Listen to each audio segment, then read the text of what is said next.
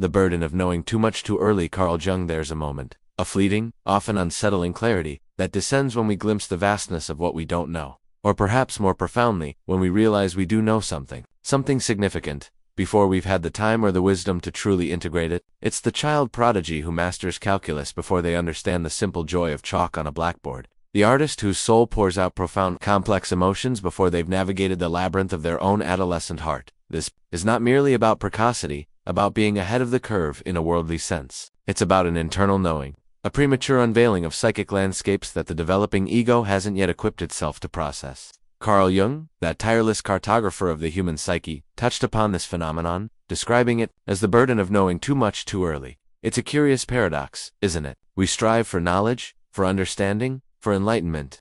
Yet what happens when that very illumination arrives before we have the necessary vessels to hold its light? This script is an exploration of that very burden, not as a lament, but as an invitation to understand a particular facet of the human journey. We will delve into what it means to carry a weight of awareness that outstrips our lived experience, how this can shape our perceptions, our relationships, and our very sense of self. It's a delicate dance between precocious insight and the slow, necessary unfolding of life itself. Consider for a moment that feeling of being an observer in your own life, a spectator to a narrative you somehow already understand the ending of, or at least a significant portion of its trajectory. This isn't about cynicism, it's about a certain kind of psychic oversaturation, a premature understanding that can paradoxically hinder genuine engagement. We'll navigate the terrain where precocious intellect meets the often unforeseen complexities of emotional maturation, where the maps of the inner world are drawn before the explorer has even set foot on the territory. Our journey will not seek to dismiss or pathologize this experience, but rather to illuminate it, to understand its contours and its implications.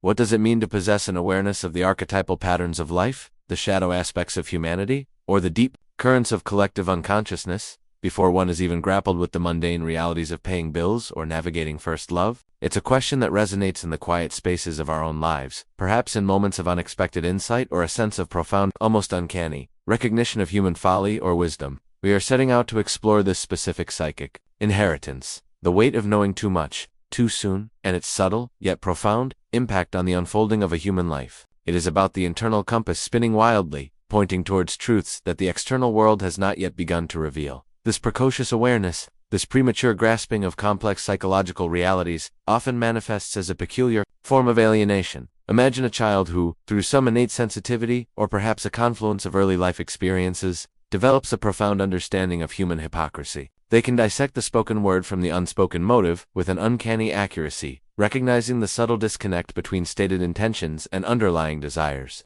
This isn't learned cynicism, it's an intuitive perception of the archetypal drama of the human condition. Consequently, such a child might find themselves adrift in peer groups, unable to fully engage with the more straightforward emotional currents of their contemporaries. Their internal landscape is already charting territories of existential dread, or the intricate dance of ego defense mechanisms, while their peers are still mastering the art of sharing toys or navigating playground politics. This advanced internal radar can create a chasm, fostering a sense of being an outsider looking in, even within the most familiar of settings. Furthermore, this burden can color their perception of everyday interactions, imbuing them with a weight of significance that others might not perceive. A casual comment, laced with unconscious projection, might be instantly recognized by the precociously aware individual, not as a simple slip of the tongue, but as a manifestation of a deeper, perhaps darker, psychic pattern. This can lead to an exhausting vigilance, a constant processing of subtext that is both mentally taxing and socially isolating.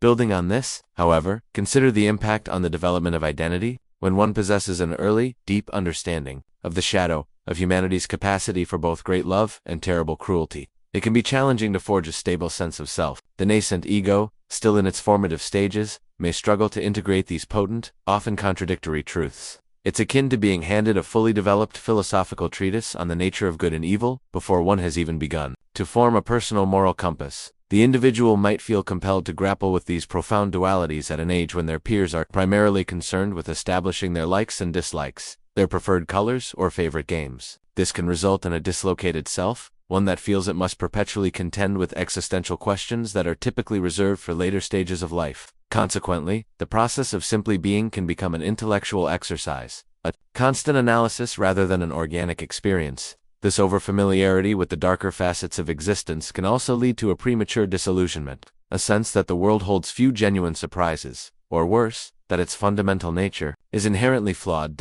Another crucial layer is the effect on the development of genuine emotional affect. When one has an intellectual grasp of complex emotions, grief, longing, existential angst, before they have necessarily experienced the raw, mediated intensity of these states through personal lived experience, a peculiar dissociation can occur. The individual might be able to articulate these emotions with remarkable sophistication, to describe the nuances of heartbreak or the sting of betrayal with an almost academic precision. Yet this understanding remains largely conceptual, a beautifully constructed edifice of thought lacking the foundational mortar of lived, felt reality.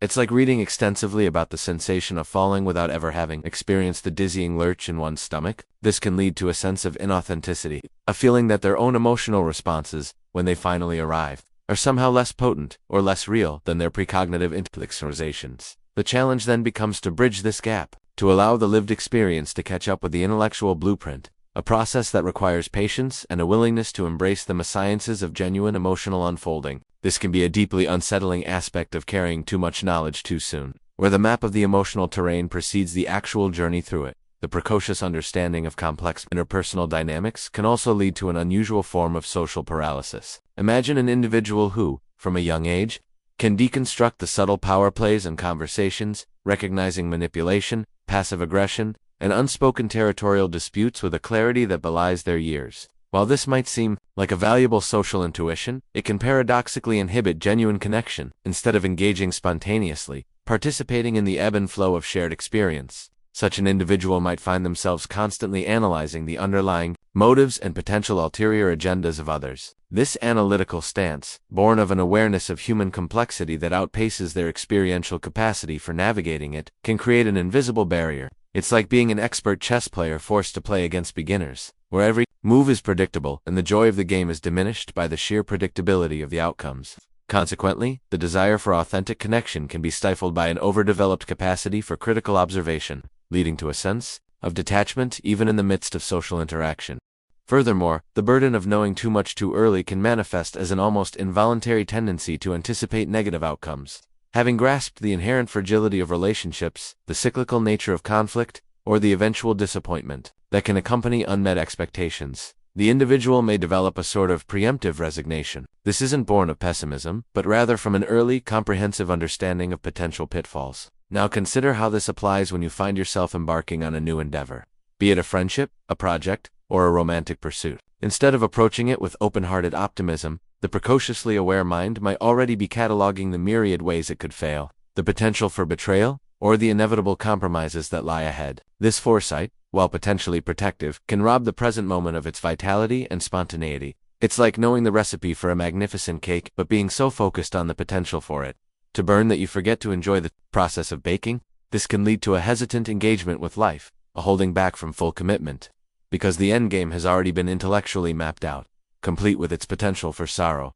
Another critical aspect is the impact on the development of personal boundaries. When an individual possesses an early insight into the manipulative tactics or emotional dependencies that can characterize human relationships, they might attempt to establish rigid, almost impenetrable boundaries as a defense mechanism. However, without the lived experience to modulate these defenses, they can become overly restrictive, preventing not only unwelcome intrusions, but also authentic vulnerability and reciprocal care. Think of a young person who, having witnessed the devastating consequences of codependency, erects an almost absolute wall against any form of emotional reliance. While this protects them from potential harm, it also isolates them, hindering the development of the very intimacy and mutual support that are essential for psychological well-being. The challenge here lies in learning to differentiate between healthy self-protection and the self-imposed exile that can result from an early, perhaps overly simplistic, interpretation of complex relational patterns. This can lead to a perpetual state of guardedness, where the capacity for true emotional openness remains underdeveloped,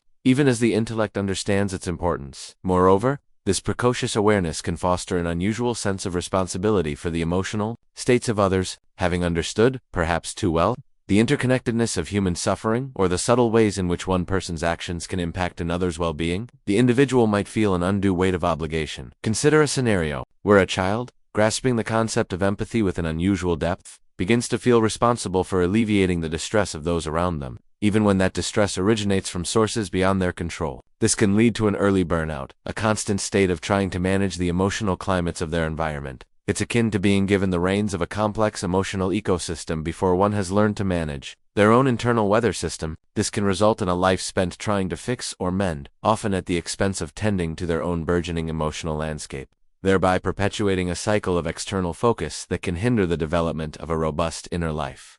The weight of knowing too much too early can also manifest as a peculiar form of intellectual precocity that outstrips emotional maturity, creating a dissonance between the sophisticated understanding of abstract concepts and the underdeveloped capacity to integrate them into a lived emotional reality. Picture a young person who has delved deeply into existential philosophy, perhaps grappling with the inherent absurdity of existence or the profound loneliness of the human condition, all before experiencing the full spectrum of personal attachments and their inevitable vicissitudes. They can articulate the philosophical underpinnings of despair with an almost unnerving clarity, yet they may lack the lived experience to truly contextualize or process these ideas when personal loss or disappointment inevitably strikes. This can lead to a premature embrace of nihilistic outlooks, not as a result of genuine despair, but as an intellectual conclusion reached ahead of emotional scaffolding. Consequently, when life presents genuine challenges, the individual might find themselves intellectually equipped but emotionally unresilient, their sophisticated understanding of suffering failing to provide the necessary tools for navigating its raw, unmediated impact.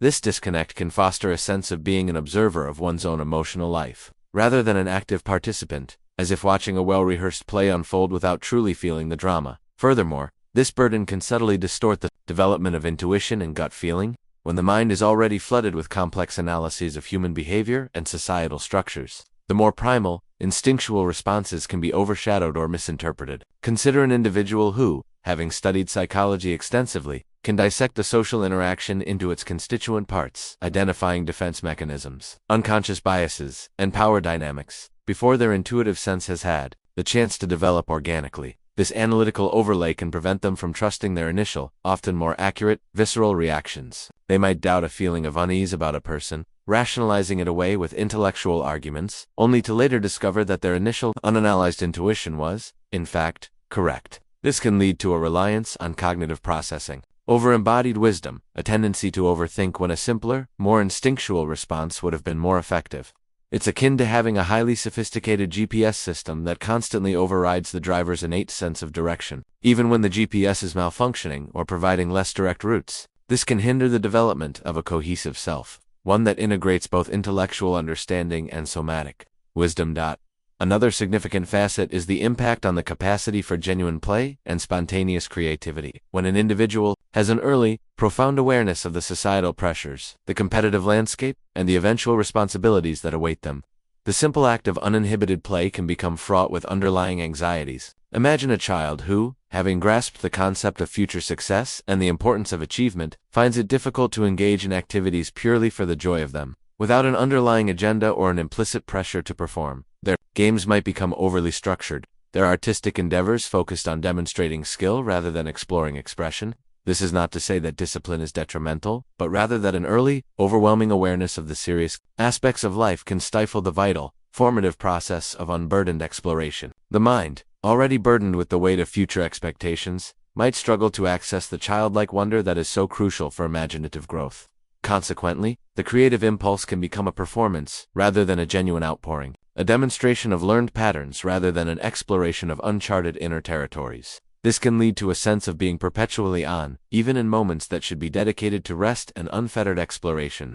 Moreover, the precocious awareness of societal injustices, or the inherent flaws within established systems, can foster a premature disillusionment with collective action or democratic processes. An individual who, from an early age, understands the complexities of political corruption, the inertia of bureaucracy, or the often slow pace of social change, might become deeply cynical about the possibility of meaningful progress. They can articulate the systemic issues with a clarity that belies their age, but they may lack the developed resilience and the lived experience of incremental victories that often sustain engagement in long-term social change. This can lead to an early withdrawal from civic participation, a belief that such efforts are futile, or a tendency towards radical, often impatient solutions that bypass the necessary, albeit slow, work of building consensus and fostering gradual transformation. It's like understanding the complex mechanics of a malfunctioning clock but lacking the patience for repair, deciding the entire mechanism is irredeemably broken. This can hinder the development of a constructive engagement with the world,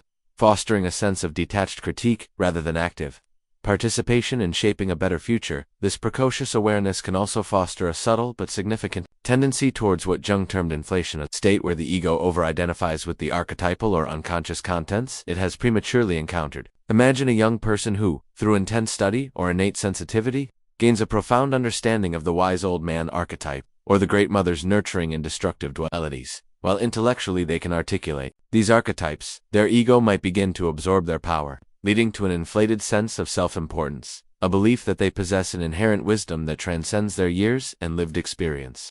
This isn't mere arrogance. It's a psychic entanglement, where the ego mistakes its own nascent grasp of archetypal patterns for genuine embodiment of those forces. Consequently, such individuals might present with an unsettling self-assuredness, offering profound pronouncements on life's mysteries with the conviction of a seasoned sage, yet lacking the grounding that comes from having weathered life's storms personally. This can manifest as an inability to accept simple mentorship or to learn from those with more practical experience, because their internal narrative already places them in a position of superior knowing. They might dismiss practical advice as mundane or simplistic, failing to recognize that true wisdom often arises from the humble integration of lived experience with intellectual insight.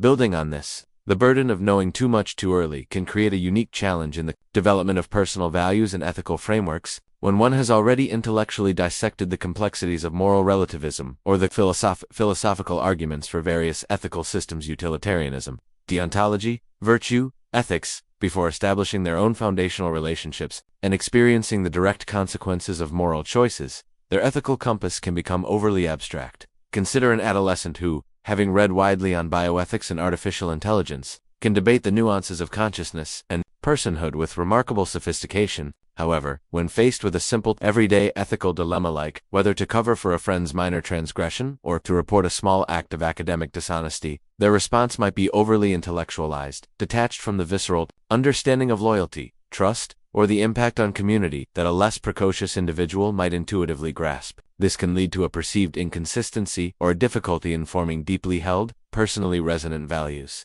as the intellectual framework may not yet be sufficiently interwoven with emotional stakes and lived consequences. The individual might vacillate between sophisticated ethical arguments, unable to commit to a personal moral stance that feels authentically theirs. Furthermore, this precocious understanding can foster an unusual detachment from the body and its inherent wisdom, when the mind has already grappled with abstract concepts of mortality, the impermanence of form, or the existential angst of being a finite creature. The lived reality of bodily sensation, hunger, fatigue, pleasure, pain can become secondary, even an annoyance. Imagine a young person who, deeply immersed in philosophical texts, exploring the mind-body dualism, begins to view their physical needs as distractions from their intellectual pursuits. They might neglect basic self-care, viewing sleep as a waste of valuable thinking time, or dismissing physical discomfort as a sign of weakness. This intellectualization of existence, while seemingly a sign of advanced thinking, can hinder the development of a holistic sense of self, where the body's signals are recognized as vital information. Consequently, the individual may struggle to develop a healthy relationship with their physical being, potentially leading to psychosomatic ailments or a general disconnect from their own embodied experience. Their internal world, so rich and complex, risks becoming disembodied, floating above the grounding reality of their physical existence, thus missing crucial avenues for emotional integration and self-understanding. Conversely, this early can lead to a peculiar form of existential boredom or when the mind has already mapped out many of life's potential trajectories, understood the cyclical nature of human endeavors, and grasped the eventual futility of striving for ultimate meaning in a seemingly indifferent universe. The present moment can lose its luster. Consider an individual who, having encountered the philosophies of nihilism or absurdism at a young age, feels they have already figured out the ultimate pointlessness of it all. This intellectual understanding, arrived at before the accumulation of personal experiences that might temper or enrich such conclusions, the profound joy of unexpected connection, the deep satisfaction of overcoming a personal challenge, the simple beauty of a sunset can lead to a premature sense of having seen it all. Consequently, the motivation to engage in new experiences or to pursue personal goals can wane, as the mind already possesses a sophisticated, albeit incomplete, framework that suggests eventual disillusionment. This can result in a quiet resignation, a sense that life, in its grander scheme, holds little genuine novelty, thereby diminishing the capacity for wonder and enthusiastic engagement with the unfolding present. This sophisticated intellectual framework, while a testament to their cognitive abilities, can inadvertently dampen the vital spark of curiosity and the zest for discovery that characterize a more organically developing psyche. The precocious awareness of the inherent fragility of human relationships can also lead to a premature skepticism regarding commitments and promises. When an individual has already intellectually dissected the potential for betrayal, the erosion of trust over time, or the inevitable compromises that alter initial intentions, they may find it difficult to fully invest in future-oriented pledges. Picture a young person who, having observed the dissolution of significant adult relationships or absorbed narratives of broken vows, approaches the concept of lifelong partnership or unwavering friendship with an almost ingrained doubt. They can articulate the statistical likelihood of divorce or the psychological reasons for infidelity with an unnerving accuracy. Yet they may lack the lived experience of cultivating deep, resilient bonds through shared challenges and unwavering support. This analytical detachment can prevent them from experiencing the hopeful anticipation and the generative vulnerability that are often prerequisites for forging strong, enduring connections. Consequently, their approach to commitment might be characterized by a subtle withholding, a guardedness that stems not from a lack of desire for connection,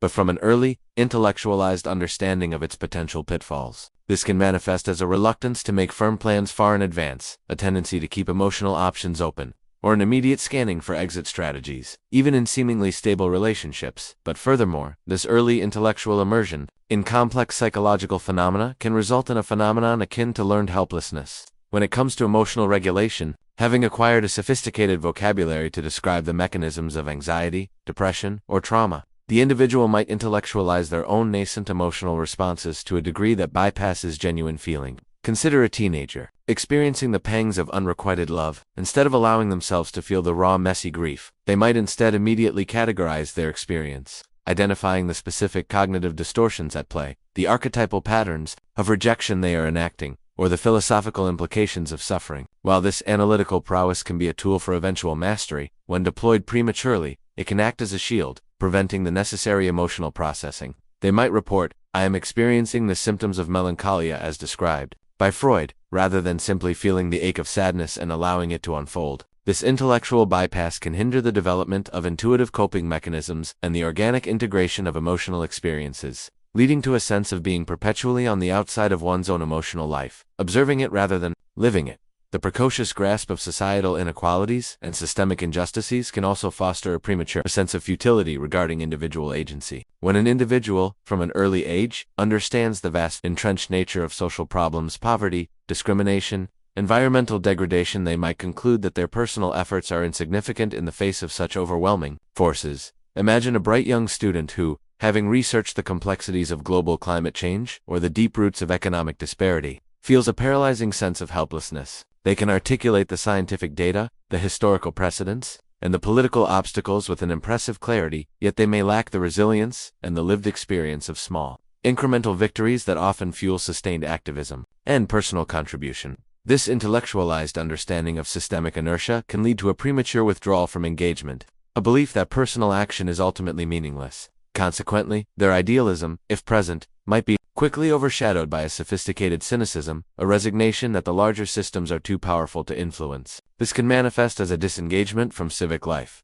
a reluctance to pursue careers aimed at social improvement, or a general attitude of detached observation rather than active participation in creating change. Reflecting on this journey so far, we've navigated the intricate pathways of a psyche grappling with illumination before the full breadth of lived experience could contextualize its profound insights. We've considered the subtle ways in which an early, deep awareness can reshape the contours of identity, foster a peculiar detachment from the immediacy of feeling, and subtly alter the very fabric of social engagement. It's as if a map of a vast, complex territory has been unfurled, detailing every mountain range, every hidden valley, every potential hazard, all before the explorer has taken their first tentative steps onto the soil. This premature cartography, while offering a unique perspective, can indeed cast long shadows, influencing how one perceives the present landscape and navigates the unfolding terrain of life. The cumulative effect of these precocious understandings, these anticipatory insights, is a complex tapestry, woven with threads of both advanced perception and a potential disconnect from the organic unfolding of human development. It's a delicate balance, this carrying of a wisdom that outpaces the years, a knowing that can both enlighten and paradoxically isolate. As we pivot towards our final reflection, consider the cumulative weight of these observations. It's not about diminishing the value of insight, but about understanding the profound interplay between knowing and becoming, between the intellectual grasp of life's complexities and the slow, often arduous process of embodying that knowledge. Through lived experience, The landscape we've explored is one of nuanced challenge where the very tools of understanding can, if not carefully tended, become impediments to genuine engagement and growth. The convergence of these ideas points towards a deeper appreciation of the temporal nature of wisdom, the essential rhythm of experiencing before fully comprehending, and the transformative power found not just in knowing, but in the journey of becoming who we are. The crucial insight, then, is not to lament the premature unveiling, but to honor the process of integration. It is to recognize that while the mind may have charted the territory, the heart and soul must still traverse it, to feel the texture of the soil, to experience the warmth of the sun and the sting of the wind firsthand. This involves a conscious cultivation of presence, a willingness to step out from behind the scaffolding of intellectual understanding and engage with the raw, mediated reality of each moment. It is about allowing the conceptual maps to inform, but not to dictate, the lived journey. The true practice begins now, to allow the wisdom that has arrived early to be tempered by the slow, steady accumulation of life's experiences, to weave the threads of advanced insight into the fabric of personal becoming. This is where the burden transforms into a unique strength, where precocious knowledge becomes the foundation for a profound and authentic engagement with the world. A testament to the intricate, often paradoxical, journey of the human spirit. The wisdom gained early is not a destination, but a starting point, an invitation to a lifelong dialogue between knowing and being, between the map and the territory, between the self as it is understood and the self that is yet to be fully realized.